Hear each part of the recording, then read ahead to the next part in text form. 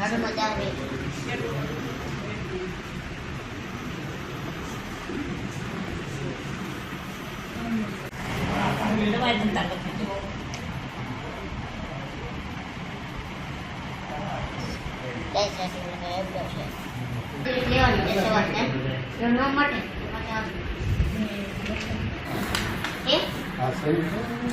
મને ઉભો રહો તો અંદર આખા ગઈ દવા લ્યો છો ના અત્યારે નથી લેતો જેલની અમે દવાખાને લીધી છે દવા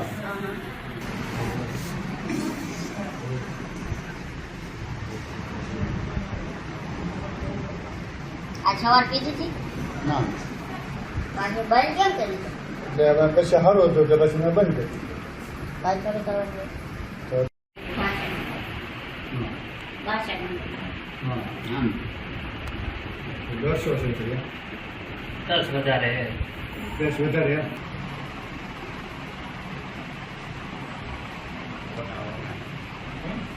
मेरा नाम डॉक्टर गणेश विठल भाई बारैया है।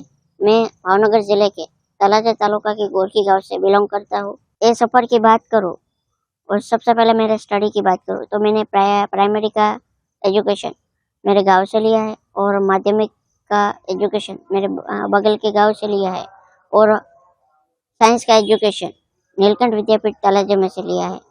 जब मैंने 12th साइंस पास किया और उसके बाद आने वाली नीट यूजी की एग्ज़ाम 2018 में दी और एमबीबीएस में एडमिशन के लिए अप्लाई किया तो मेडिकल काउंसिल ऑफ इंडिया ने मुझे मेरी डिसेबिलिटी की वजह से रिजेक्ट किया गया। उस टाइम में खूब बहुत ही डिसअपॉइंटमेंट हुआ और मैंने ये रिजेक्शन की बात मेरे प्रिंसिपल नीलकंठ विद्यापीठ तलाजा के प्रिंसिपल डॉक्टर दलपत भाई कातरिया और रेवती सरवैया से की तो उन्होंने ये बोला कि हमने तुझे एक डॉक्टर बनने का सपना दिखाया है तो हम उनको पूरा करने की पूरी कोशिश करेंगे, इसलिए हम गुजरात हाईकोर्ट में केस दाखिल कर रहे हैं। तो उन्होंने गुजरात हाईकोर्ट में केस दाखिल किया। 2 मंथ के बाद गुजरात हाईकोर्ट में हम केस हार गए।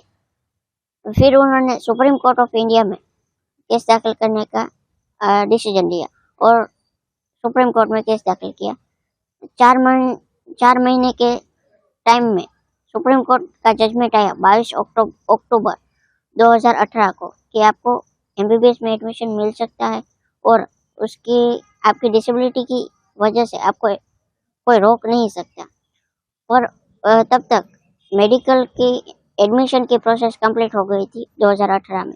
तो सुप्रीम कोर्ट ने जजमेंट दिया कि आपको 2019 में नीट की एग्ज़ाम दिए बगैर एमबीबीएस में एडमिशन मिलेगा, इसलिए आपके लिए 2019 में एक सीट रिजर्व रहेगी। तो मैंने 1 अगस्त 2019 को गवर्नमेंट मेडिकल कॉलेज भावनगर में एमबीबीएस में एडमिशन लिया और ऐसे मेरे एमबीबीएस की जर्नी स्टार्ट हुई और फरवरी 2018 में मेरा एमबीबीएस कंप्लीट हुआ। 1 अगस्त 2019 को मेरा एमबीबीएस का एडमिशन हुआ और ऐसे मेरे एमबीबीएस की जर्नी स्टार्ट हुई। फरवरी 2024 में मैंने एमबीबीएस कंप्लीट किया और मार्च 2025 में मैंने इंटर्नशिप के साथ एमबीबीएस कंप्लीट किया और अभी मुझे मेडिकल गुजरात सरकार के नियम अनुसार 1 साल के लिए बॉन्डेड मेडिकल ऑफिसर की ड्यूटी आती है। तो इसकी पोस्ट पे मुझे सर्टी जनरल हॉस्पिटल में मेडिकल ऑफिसर की पोस्ट पे नियुक्त किया गया है। जी, पेशेंट को चेक करने में थोड़ी बहुत दिक्कत रहती है कि अगर कोई पेशेंट अनकॉन्शियस हो यानी कि बेहोश हो तो उनको ट्रीट करने में थोड़ी बहुत प्रॉब्लम रहती है। पर जो पेशेंट कॉन्शियस है तो उनको वो भी कोऑपरेट करते हैं और ऐसे उनको आसानी से ट्रीट कर सकता हूँ। जी, कई तरह के फीडबैक मिलते हैं, कभी कभी पॉजिटिव फीडबैक मिलते हैं, कभी नेगेटिव भी मिलते हैं। और कभी कभार ऐसा होता है कि पेशेंट बोलते हैं कि मैं इनके पास ट्रीट नहीं कराऊंगा, तो कोई दूसरा डॉक्टर आके उनको ट्रीट करता है। पर मैंने कभी उन पे कोई गुस्सा या क्या डिसअपॉइंट नहीं हुआ। शायद उनके भी अलग ही थॉट होंगे और जो नेगेटिव लोग होते हैं उनको कभी पॉजिटिव हो ही नहीं सकते। तो ऐसे रेयर ही केस होते हैं जो नेगेटिव फीडबैक देते हैं, but mostly patient positively behaviour करते हैं और पॉजिटिवली फीडबैक देते हैं और अच्छे से कोऑपरेट करते हैं।